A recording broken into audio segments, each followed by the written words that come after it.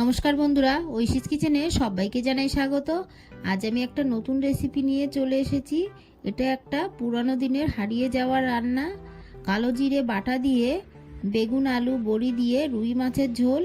এটা খেলে দারুণ লাগবে। আপনারা এইভাবে বাড়িতে বানাবেন, দেখবেন সবাই খুব ভালোবেসে খেয়ে নেবে। প্রথমেই আমি গ্যাসে কড়া বসিয়ে দিয়ে সর্ষের তেল দিয়েছি। এই তেলটাকে ভালো করে গরম করে নেব। আগে থেকে আমি রুই মাছ নুন হলুদ মাখিয়ে রেখেছিলাম, মাছগুলোকে দেব। আমি এখানে রুই মাছ দিয়ে রান্নাটা করছি। আপনারা চাইলে যে কোনো জ্যান্ত মাছ দিয়ে রান্নাটা করে খাবেন, খেতে কিন্তু একই লাগে। আপনারা চাইলে বাটা মাছ, রুই মাছ, তেলাপিয়া মাছ, যে কোনো মাছ দিয়েই এই রান্নাটা করে খাবেন, দেখবেন ভালো লাগবে। এই মাছগুলোকে আমি ভালো করে ভেজে নিলাম, এরপর তুলে নেব।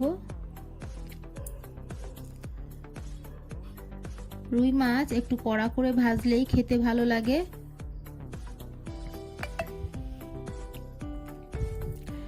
বাকি মাছগুলো দিয়ে দেব।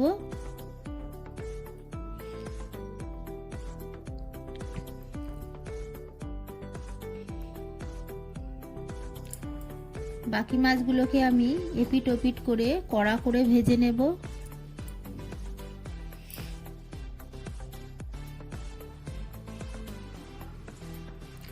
আপনারা একবার হলেও বাড়িতে এইভাবে মাছের ঝোল বানিয়ে খেয়ে দেখবেন, খেতে অসাধারণ লাগে। আর যারা মাছের ঝোলে পেঁয়াজ খেতে চান না, এইভাবে বানাবেন, দেখবেন পেঁয়াজ ছাড়া মাছের ঝোল কতটা টেস্টি হয়। এই মাছগুলোকেও আমি এপিট ওপিট করে কড়া করে ভেজে নিয়ে তুলে নেব। দেখুন মাছগুলোকে আমি ভেজে নিয়েছি, তুলে নেব। এরপর বাকি মাছগুলোকে দিয়ে দেব।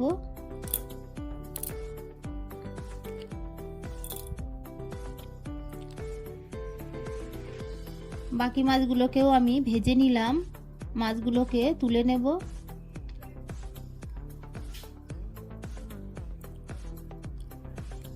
এই তেলের মধ্যে আমি কেটে রাখা বেগুন দিয়ে দেব।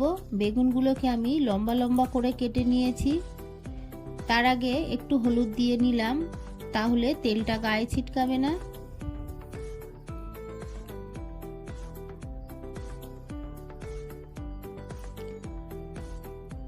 বেগুনের মধ্যে খুবই সামান্য আমি দিয়ে দেব লবণ,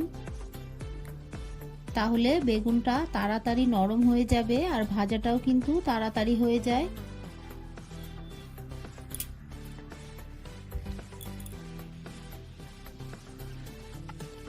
একটু সময় নিয়ে বেগুনটা ভালো করে ভেজে নিলে তরকারির স্বাদ কিন্তু দ্বিগুণ হয়।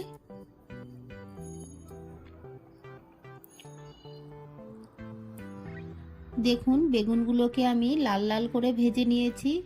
তবে যেগুলো এখনো ভালো ভাজা হয়নি সেগুলোকে আমি উল্টে পাল্টে ভেজে নেব।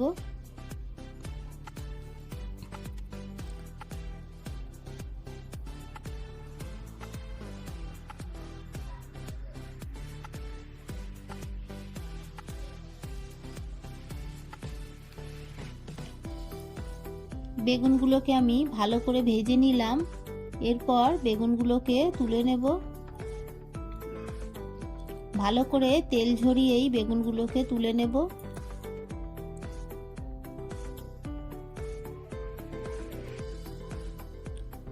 সব বেগুনগুলো তুলে নিলাম। এই তেলের মধ্যে আমি বড়িগুলোকে ভেজে নেব।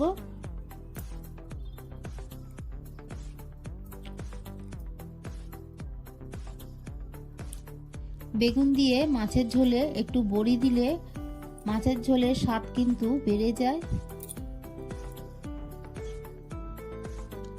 বড়িগুলোকে আমি ভেজে নিলাম, এর থেকে কড়া করে ভাজবো না, তাহলে খেতে ভালো লাগবে না। এই তেলের মধ্যে একটা গোটা শুকনো লঙ্কা ফোড়ন দিলাম আর খুবই সামান্য গোটা কালো জিরে ফোড়ন দিলাম, হাফ টিস্পুনের থেকেও কম দিলাম।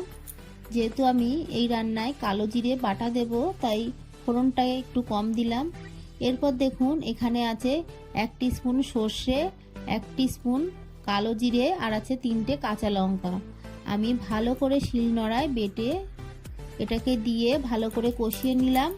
একটু জল দিয়ে দিলাম। এর মধ্যে আমি গুঁড়ো মশলা দিয়ে দেবো।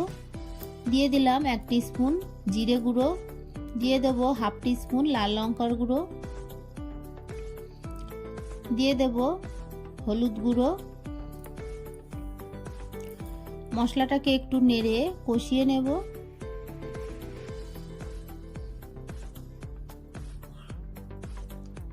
কালারের জন্য আমি একটু কাশ্মীরি লঙ্কার গুঁড়ো দিলাম, আপনারা চাইলে স্কিপ করে দেবেন।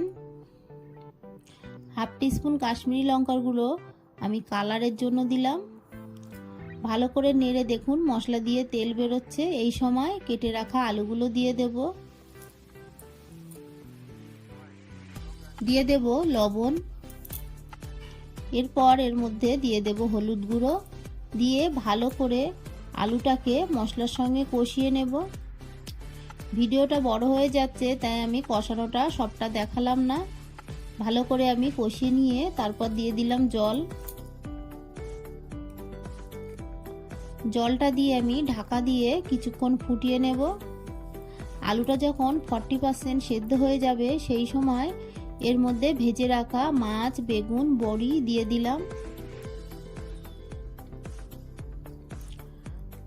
ভালো করে নেড়ে ঝোলের সঙ্গে মিশিয়ে নিলাম। এরপর এর মধ্যে আমি আরও একটু লবণ দিয়ে দেব।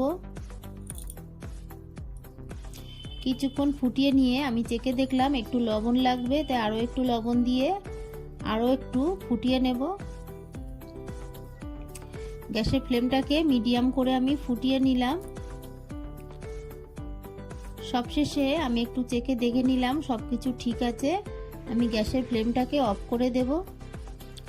আমার এই রেসিপিটি আপনাদের ভালো লাগলে প্লিজ আমার চ্যানেলটিকে সাবস্ক্রাইব করে পাশে থাকা বেল আইকনটি ক্লিক করে দেবেন, তাহলে আমার নতুন ভিডিও নোটিফিকেশান আপনাদের কাছে পৌঁছে যাবে। রেসিপিটি ভালো লাগলে একটা লাইক করতে ভুলবেন না। রেসিপিটি কেমন লাগলো আমাকে কমেন্ট করে জানাবেন। ভালো থাকবেন, সুস্থ থাকবেন। আবার দেখা হবে পরের ভিডিওয়। পুরো ভিডিওটা দেখার জন্য সবাইকে জানাই অসংখ্য ধন্যবাদ।